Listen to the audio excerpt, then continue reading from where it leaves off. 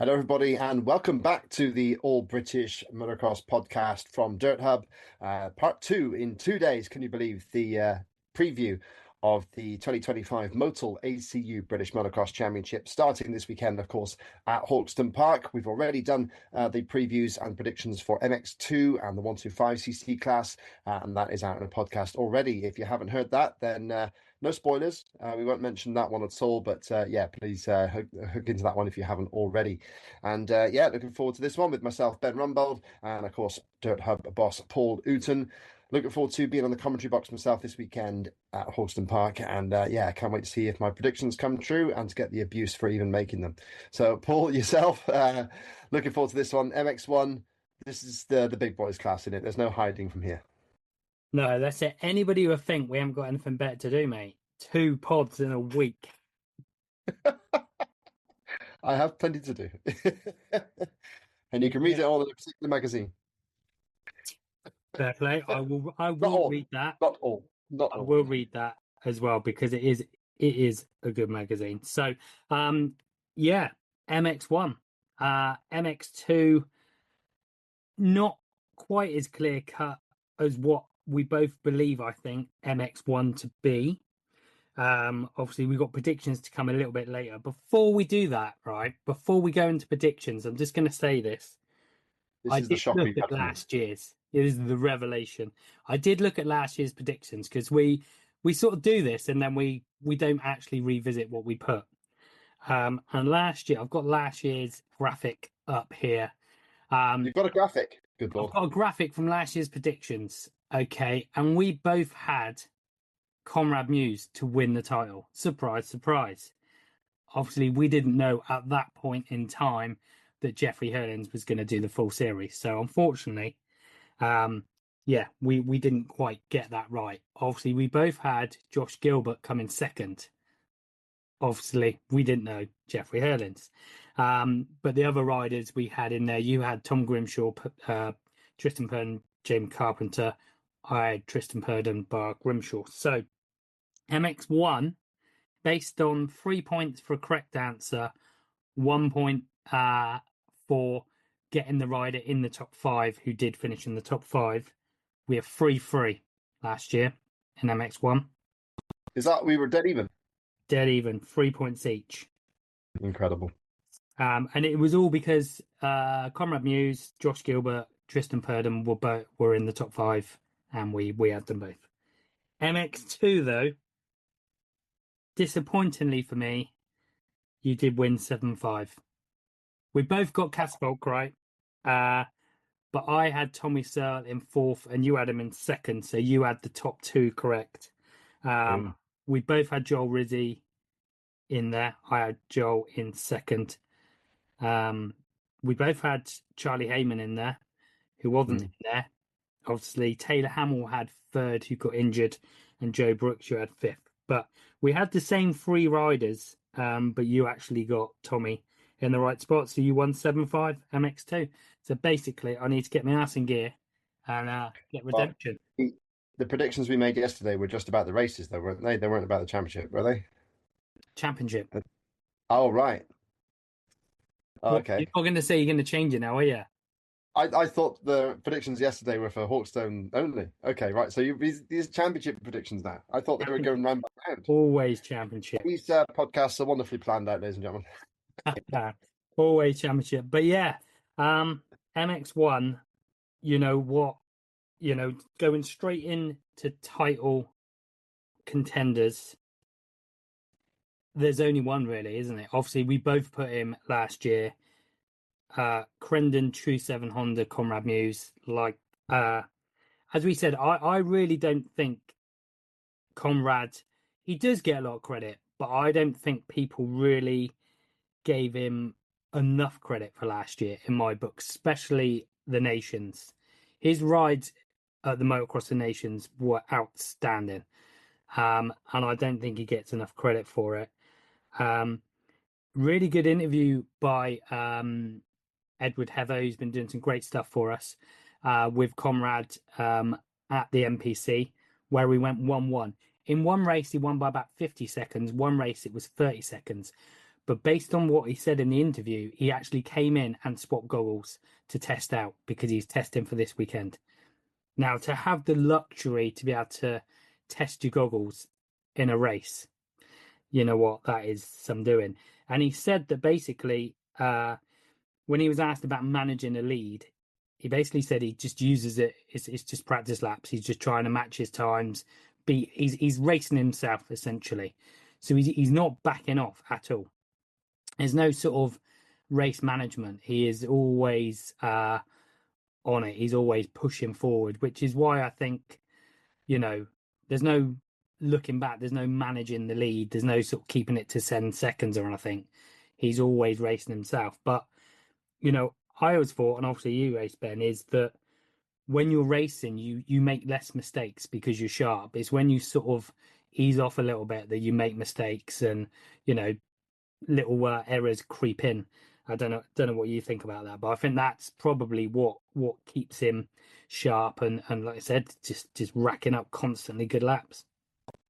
Yeah, I mean, he is capable of doing that, and yeah, obviously his concentration is such that yeah, he wants to go completely as flat out as he can. I'm sure there's a little bit in reserve there, but the way Conrad rides,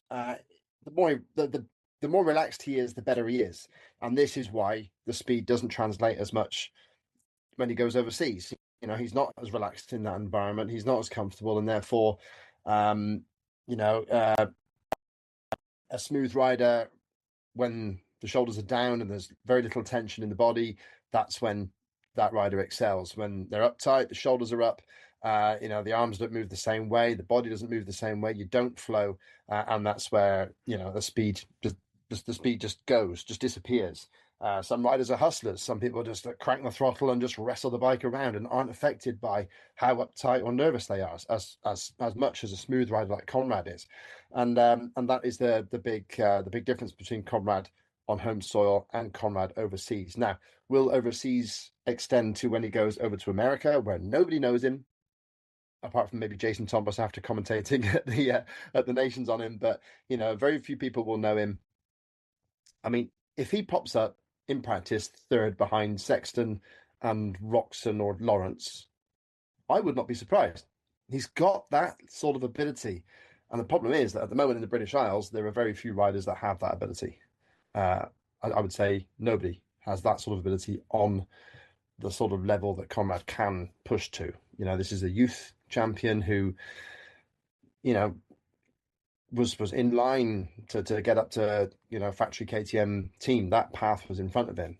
Didn't quite take it, obviously, and that's the rest is history. But what we have got is a seriously talented rider.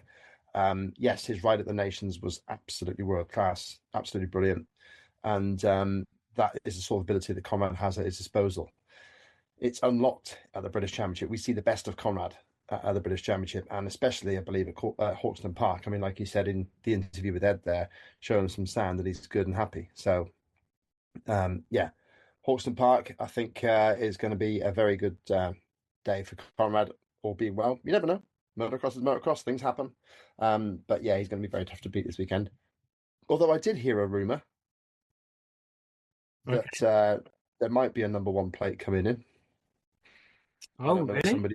I don't know if somebody was spreading some gossip or playing devil's advocate, but somebody whispered that the Dutch race is on Saturday, so somebody could cross the channel for Sunday.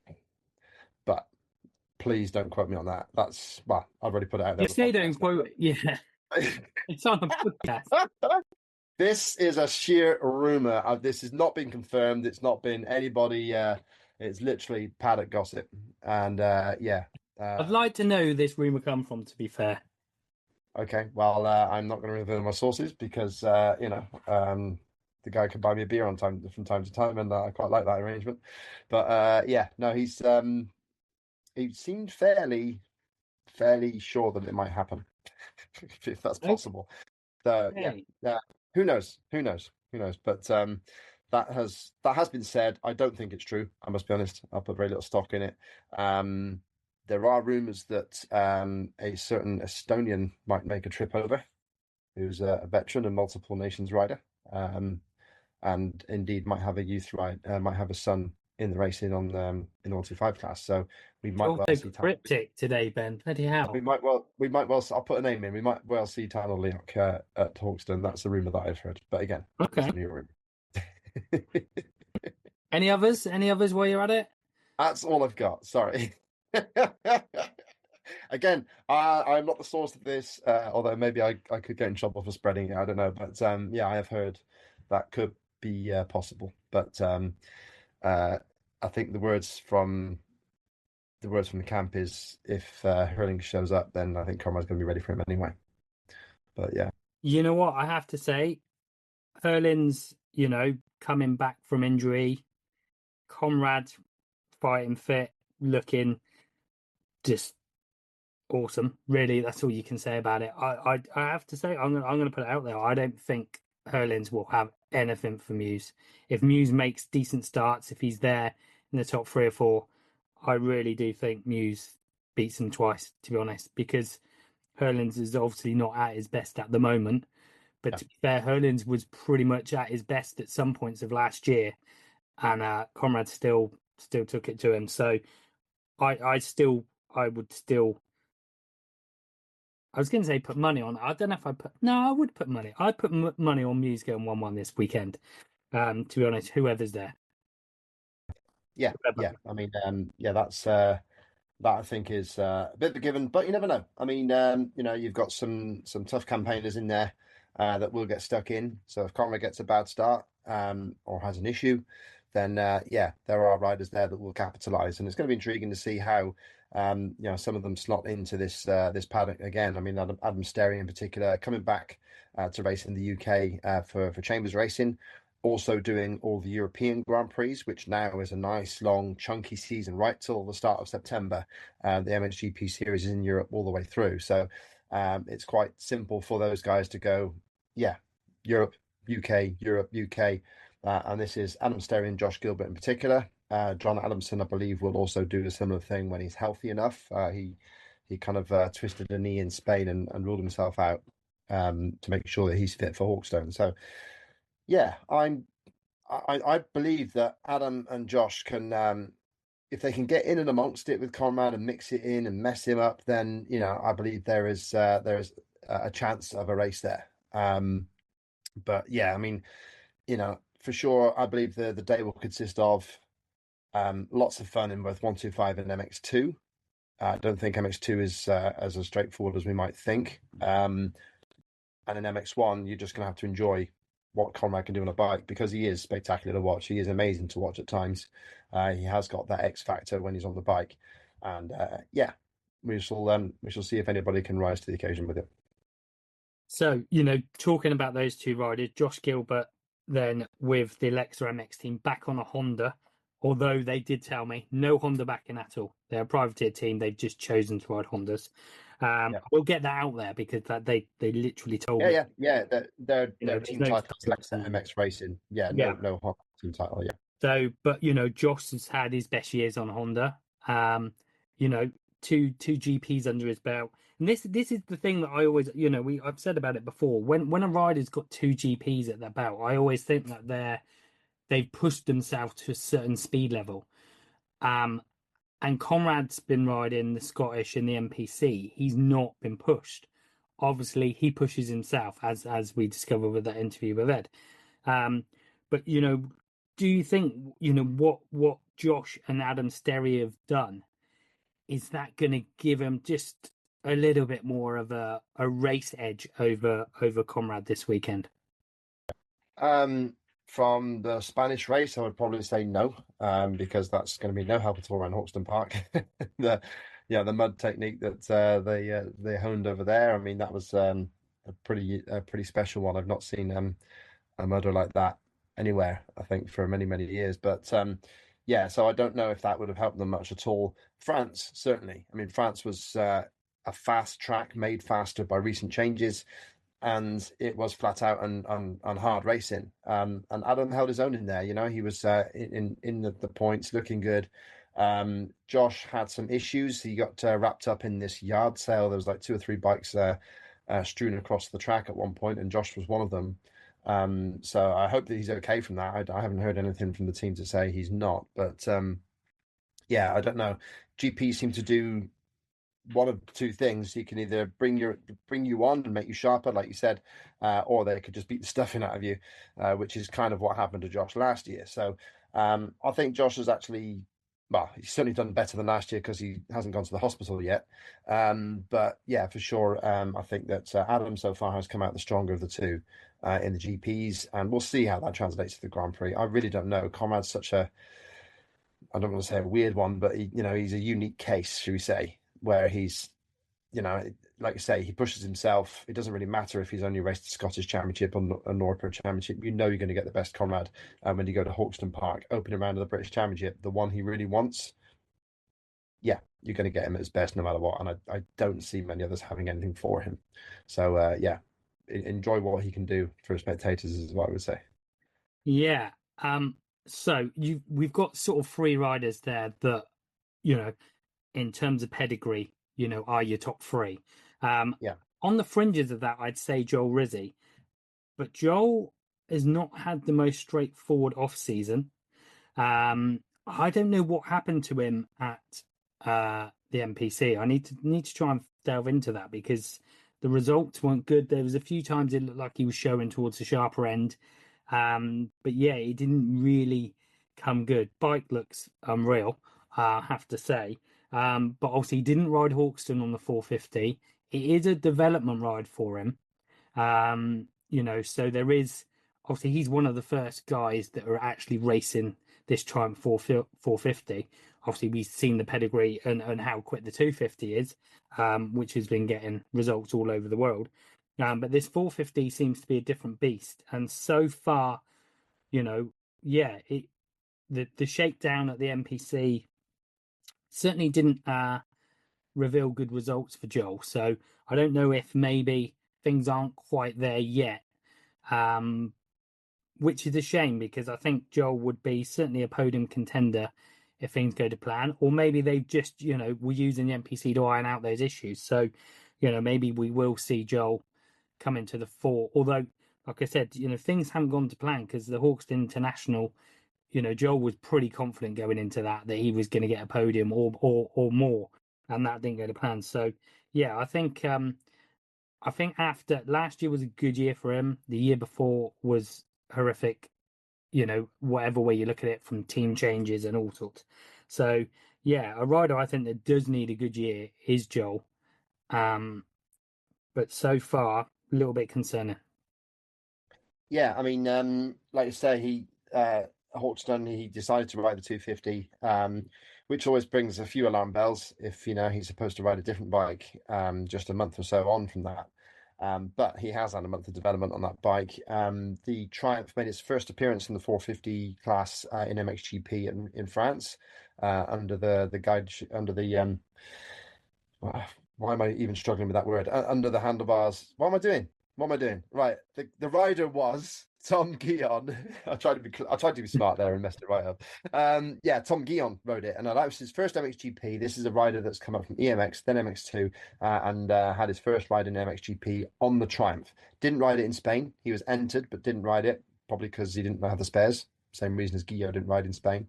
But in France, race one, okay, this mad privateer Noah Ludwig from Germany got the whole shot. Nobody had ever heard of him. Geiser was there, and then right next to them was the Triumph of Guillon. So there's nothing wrong with the power of the bike. It got off the start against all the factory machines up there in third place into the first corner. Nothing wrong with that. Okay, he dropped like a stone, but again, we're talking about a rookie Frenchman who's got no history in MXGP at all, really. That's good. So yeah, nothing wrong with the bike from that side of it, off the face of that. But yeah, it's still very, very unproven. And the key thing is some riders, if you, for example, put someone like Martin Barr onto an experimental bike or a new bike like that, he'd just work through it. Like Ben Watson does on the beta. He just works through the progress and just keeps on going. Is Joel that kind of character? That's going to be the biggest challenge for Joel. Is he going to be able to take this new bike, work through its foibles, which I think are inevitable. You're going to have issues if you're not careful, but you're going to have issues with the new machine. It's brand new, so he's going to have to live with that and hopefully press forward. Now, is he the sort of character that can deal with that? Whose confidence is rock solid? Doesn't matter if the bike's going to cut out sometimes. I mean, the Ducati at the weekend was cutting out at St. Jean. I heard it going up a hill. It went what underneath Jeremy Seewer. And I think there's a reason why Seewer is struggling, because he's a confidence rider. But then Guadagnini is also a confidence rider, and he's playing with it and going really well. So, yeah, it's the swings and roundabouts. How is it going to go is the big question mark. And for me, it's too big a question mark to put him in my top five. But this is not us wishing Joel poorly. I really want Joel to drive through. I think Joel is one of our bright stars of the future if he can move forward through this year. It's a strange situation, I think, to put him in, but he's there now. He's got to make the best of it. And I hope he does. I genuinely hope that Joel does. And if he can get in amongst Sterry and Gilbert, I think that would be a massive confidence boost for Joel Rizzi and a big boost for his career. Because, I think he's a talented kid. There's no doubt about it. But now it's the time to, get the nose to the grindstone and get the very best out of that bike that he possibly can. If it breaks on him, fair enough. But he's got to then come back and do whatever the bike can and bring it right up there. So, yeah, we shall see. It's a big ask. It's a tough job. And to be honest with you, I'm just fingers crossed for him. I'm rooting for him all the way. Yeah, me too. Joel's a great lad, and the Dirt Store team. I can't praise them enough, but for what It is a good team. There is no doubt. Yeah, it's a great team. So, there's no doubt about it. Yeah, it just, the bikes look unreal. The setup's unreal. The professionalism of everything they do is great. So, yeah, let's hope that it might take a couple of rounds, but I'd love to see Joel on that podium before the end of the year. One rider that's sorry. So while we're still on the Triumph side, one last thing on the Triumph side. Don't forget that Mikael Harrup is developing that bike as well. He's taken a year off at 24 years old, at the prime of his life, having just finished fifth in the MX2 World Championship, and they've put him on a gap year to help develop the machine. So we hope that Team Dirt Store are getting some info from that side and are improving the bike alongside what Mikael is doing. But if they're putting Mikael on a test program and not putting him in races, what does that tell you about the project? Or could we see Mikael Harrup end up at a wildcard British round? Bring it on. Come join us, Mikael. Lots of fun over here. The water's easy to cross. Come on now. Yeah, could well happen. Crossing water, Tristan Purdon. In terms of bike, obviously very comfortable on the SC Sport Homes Husqvarna.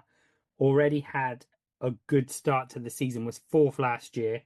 Tristan Purdon he is a solid rider, and that's the thing. He gets results. And we talked about this with MX2, where riders, there's less unpredictability with MX1. But one rider that is predictably always there or thereabouts is Tristan Purdon.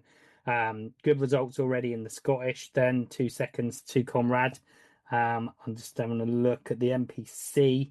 It was a second and a second. So yeah, so far so good for Tristan Purdon. Again, I think it was last year, he was the only guy other than Jeffrey to beat Conrad. I think that was in the Scottish Championship. Right. So the SC Sport Homes Husqvarna, Tristan Purdon, he's a rider that could well be a potential podium rider just because consistency. He's going to be there all along. Yeah, absolutely. I mean, I can't ever remember if it's 6 or 7 times. I'm sure he told me, and I'm stuck on that 6 or 7 in my brain. But yeah, let's face it, multiple South African champion. You don't win national championships by being a mug. And he can certainly stitch a series together there. So it's just outright pace compared to Conrad is the issue for him. Although when it comes to riding against the rest of the pack, Tristan could well hold his own. He could well be second at the weekend. With Sterry and Gilbert, I believe.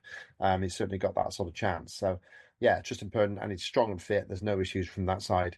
So yeah, certainly a solid contender there for the SC Sport Homes Husqvarna team, and it's nice for them to have a top MX1 runner because he's it's a quality outfit and he does it justice.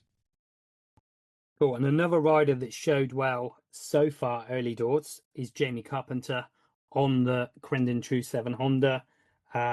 winner of the Bridgestone British Masters first round. Third at the NPC, good run at Hawkston as well, the international. So Jamie Carpenter, when you've got Dave Thorpe and that team, the development that Conrad and Ryan, the team manager, have done on that bike, local rider as well to the team, which does make a difference.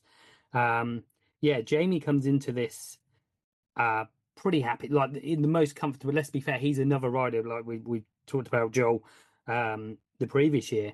He's gone through various teams in one season, but to have Crendon a ride with the Crendon True 17, early doors, he got it sorted out in the winter. To have that under your belt, to have a full winter of training, he's come in with the pre-season races, looks good.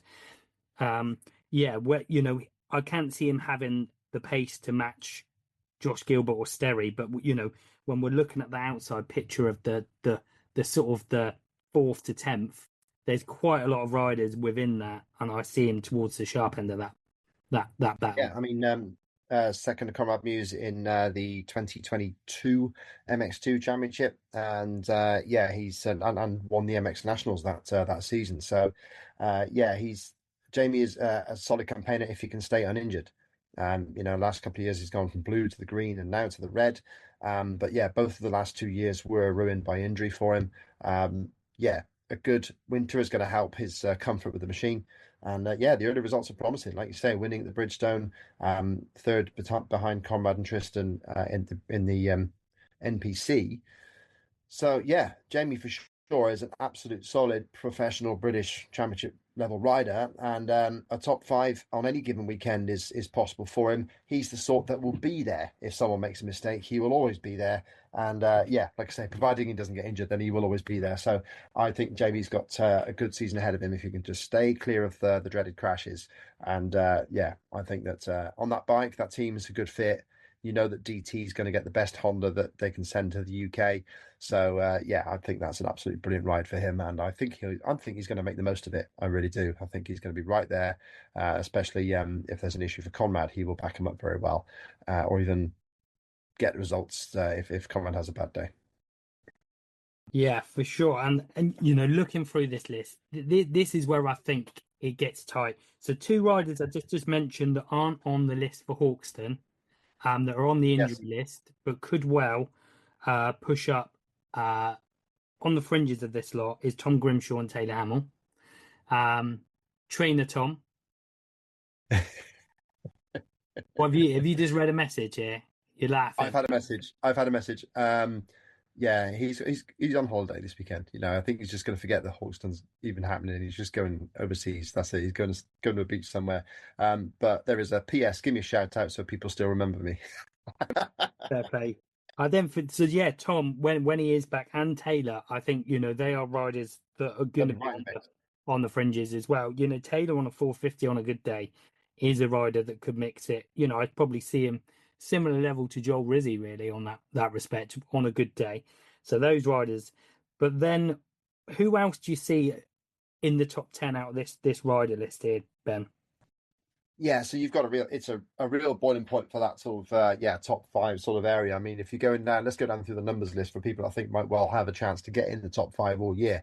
Number 10, Jason Mira, Motorcycle Gas, certainly got a chance, and he's a real battler. Martin Barr, your man, obviously a Pico Factory Racing Honda, definitely got chances there. Dan Thornhill, Chambers Racing KTM, he's had a good start to the season as well, so it'd be good to see him up there. Liam Knight's coming back on that SRE Services fueled by Garland Power Sports team, KTM riding as well. You've got, like I say, Jamie Carpenter. You've then got John Adamson on the Lexa MX team there, and he likes a bit of sand, loves a bit of Hawkstone, famous for the big jump there that I still don't know how he did.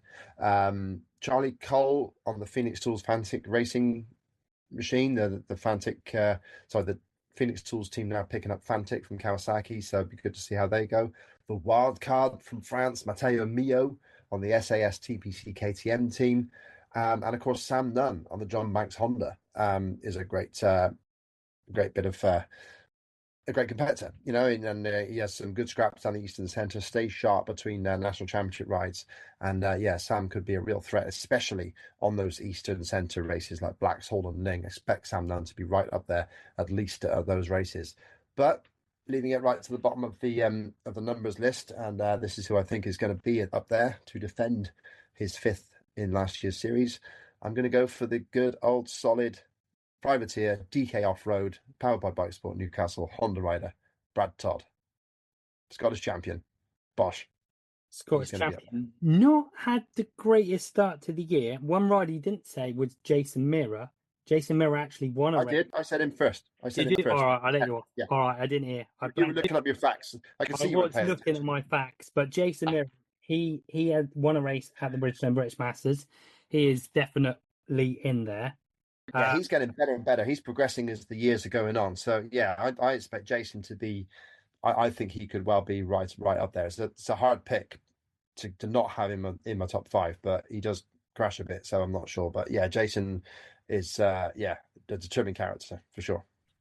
Colton Husband, that's who I was thinking. You didn't mention Colton Husband. I did mention Colton. My apologies. He's had a few good results so far this year as well, and he is a rider that on his day can jump out the start and have a good moto. Got a couple of dark horses, Ben. Ben Edwards, Scottish Championship on the box. Beat some good riders. Watch out for him. He was really good. 33. Yeah. Chris Mills. He had some really good meetings last year. Riding the Service Nationals, he was really good in that. He rode some Bridgestone and did some things. Obviously, spent a lot of his time abroad. He had an impressive day at the MX Open one-round series at Lommel. He was pretty good at that one. Yeah, definite pedigree. Another rider that's been very quiet because he hasn't. I think last year was pretty much written off from injury, but a couple of years ago, he would have been in that. It's Liam Knight. I got a feeling Liam, just because it's been so quiet, that he could well be a rider that comes back into the fore. Yeah, you also got Stuart Evans as well on the Seca Racing team. He's been doing all sorts of weird off-road electric stuff as well. So yeah, he's certainly been making the best of his abilities there. But yeah, Stuart Evans is good around Hawkstone, and he did well last year despite having all sorts of issues as his bikes were nicked, like on the Thursday before the race, and he still managed it. But Stuart Evans as well could always pull out a good result at Hawkstone Park. Okay, right, it's time for it, mate. I'm afraid. The champion. Oh, hang on. There's one massive wild card we've yet to mention. Okay. And I'm going to back him for at least. Is this a rumor? Is this one? This is on the entry list. Oh, okay. We mentioned it before we went live. Okay. 211. Billy McKenzie's on the entry list. And that's a whole shot right there. Whole shot. Whole shot's happening for sure. I'm going to be, because Hawkstone is a tricky commentary position. I can't really see the first corner as it disappeared, but I can see it flash through the woods. I'm going to basically make sure I know what colour shirt Mackenzie's going to run on, because I'm certain he's going to grab at least one whole shot. That's how much I'm invested in this. You know what? He will do the whole shot, and that'd make his weekend, and he'd be happy. If he can run up the front for a lap or two, let's be fair, he can do it for a lap or two. He's still got the speed to do it for a couple of laps. All the ability in the world, yeah. Yeah. And do you know what? Crowd favourite, I think people would absolutely love it. Get ready to cheer on that second corner. Okay, so it's come to that time then, Paul, when we are talking predictions. And we are talking championship predictions apparently now. Yeah, this is the case? Yes, so championship predictions. You didn't get the memo yesterday. Championship predictions. So you've got a little adjustment to your predictions. So your predictions for MX2 were for Hawkstone, which is cool. Yes. So your championship predictions, so you got to say it now so people know. Yeah. Your MX2 championship predictions. Yeah, so MX2 championship, I'm still going to go with Tommy Searle as the at the end of the season. Guillaume Dunson for a second. I think Max Werner will improve through the year, and I think he'll be third. Got to hope that Bobby Bruce improves through the season, and I think he'll be fourth. And I think Billy Askew will show enough speed and enough promise, I hope, And I hope this is the lowest he gets, that he can rise from this. But I think Billy Askew will be fifth in the championship. Okay, cool. Do you want me to say mine again, just so we know? I had you as Cyril, Dewinson, Bruce, Werner, and Musto. You got it. Yeah. So that Cool. is yeah. So we do again. So we go fifth. We both do fifth rundown Yeah. to first. Yeah. Yeah, totally. Going first or second? This is championship. Championship. Okay. I'll go first this time. Okay. Did I go first yesterday? I can't remember. Okay. Fifth place of the season, as last year, 714 Brad Todd. Okay. Brothers in fifth. Okay. I've got Joel Rizzi. I think it might take a couple of rounds, but I think by the end of it, he's going to be pushing for podiums, if not on the podium. Cool. Fourth, Tristan Purden. Snap. Yeah, I've got him there. He's just consistent, isn't he? He's just going to churn the motors out results every time. Yeah. Third, Josh Gilbert. Okay. Well, I know then that we've flipped over. So I've got Adam Sterry in third. Okay. Second, Adam Sterry. Okay. So I've got Josh. I've got to go for the West Country boy, really. Being from down the southwest, I've got to stick with. I'm bang in the middle of two of them. I'm like, so I've got, he's got more similar accent to me, but yeah, I would like him to do well. I'd like him to win, to be fair. But yeah, I just think Adam's just that little bit stronger, especially in the softer going, which there's a lot of this year. Yeah. Any surprises for your number one? Tan or Lyric? Yeah, Conrad Muse, number 426, obviously. Conrad Muse, yeah. Both Conrad Muse, which we had last year, unless your guy. With the caveat, if Hurlings joins the championship, he will be second in the series. Do you know what? I'm going to put that in there now. I'm going to... Wild card, if he's there, Jeffrey will be second in the series. Yes, no, fair play. I agree with you there. I got a feeling that just this title was Conrad's and he ain't going to do, and if nothing's going to stop him, even Hurlings. So, yeah. No, fair shout, mate. No, well, that is it. That were MX1 preview pod is done. Yeah, just all systems go for Hawkston. MXGB TV YouTube channel is where the live stream is going to be from.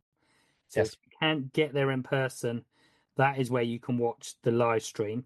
They won't be able to hear you on it. It will be Jeff Perrett and Bill Gee. Is that right? Yep. Yeah, that's right. I mean, you might hear me if I'm loud enough at the tannoy. I'll shout loud enough down the stairs to into Jeff's microphone. You know what? That's it. I wouldn't be surprised. I'll be trackside. But yeah, I'll be trackside, getting excited as always. So yeah, can't wait. So Ben trackside commentary. So if you are, get there in person and see this. This is going to be great. Like I said, we've got it's 36, 37 riders on the line so far in MX1. That is going to fill up by Sunday. That is going to be 40 on the line in MX1. MX2 was 57 as of the time we did the podcast yesterday. I think that will go over the 60 mark, which means there's going to be 2 qualifying groups and an LCQ to see who makes that 40, which has been a long time since we've had that. And there is a full 40 on the line in the 125 class. So this is going to be an epic round one of the new look British Motocross Championship, which is sponsored by Motul. So yeah, if you can get there in person, tickets are on sale in advance online, but also you should be able to pay when you get there as well. Obviously, loads of preview info going to be on the website. We'll put a prediction graphic up on socials as well, so you can rip us apart and put your own predictions in there too. But other than that, mate, it's just wish everybody a good weekend watching and supporting British motocross. Yeah, absolutely. Yeah, I mean, it's I can't wait. The start of the season, you never really know. It's going to be there'll be some surprises, there'll be some shocks, and there's always, it's never quite as predictable as you might think with motocross. So yeah, I'm really looking forward to seeing how it all fares. The new format, the new layout. A few people have said to me that they're really happy that it's just basically the adults racing and with a 125 support. I think that's a really good setup for that. So yeah, I think it's going to be a really good day, and to see how the qualifying works, see how that then transcribes to later in the year. How is that going to affect entries later in the year? Are as many people going to enter when they think they might not make the main races? That's something that we'll only have answered later in the season. But from that side, I just think it's going to be a mad thrash in the morning to get through. The LCQs are going to be epic, and then yeah, the main races themselves are going to be good, classic, old-fashioned British motocross at Hawkston Park. I think, yeah, the weather's looking good. Fingers crossed. We'll have a really good weekend, and yeah, hope to see as many of you down there as I can. I'll be on my own in the commentary box, I think. So yeah, if you shout up, I'll say hello, but I can't really say much else because I'll have to save my voice. And from now on, after this podcast, I'm going to say nothing but shout at the apprentice tonight, and then after that, my voice is closed until Sunday morning. There you go. I won't let you say Everybody's anymore. breathed a sigh of relief. But yeah, going to be cool. And we're also going to put something out on the socials, I believe, a post race show. We're going to do something. Yes, you're going to do that, aren't you? Yeah, that's a negotiation we're going to have after this podcast is finished. Yeah. Yeah, you're on there. Post race show. So you're going to talk us through what went down, who did what, who didn't do what. Yeah, we'll have a look. Yeah, we're going to do a sort of paddock roaming type thing. So yeah, just a sort of a little post race show to see what the gossip is in the paddock after the race. There'll always be something. We'll always find something, so for sure. And a quick plug, if I may, Paul. Just please check out the latest episode 3 of Behind the Gate.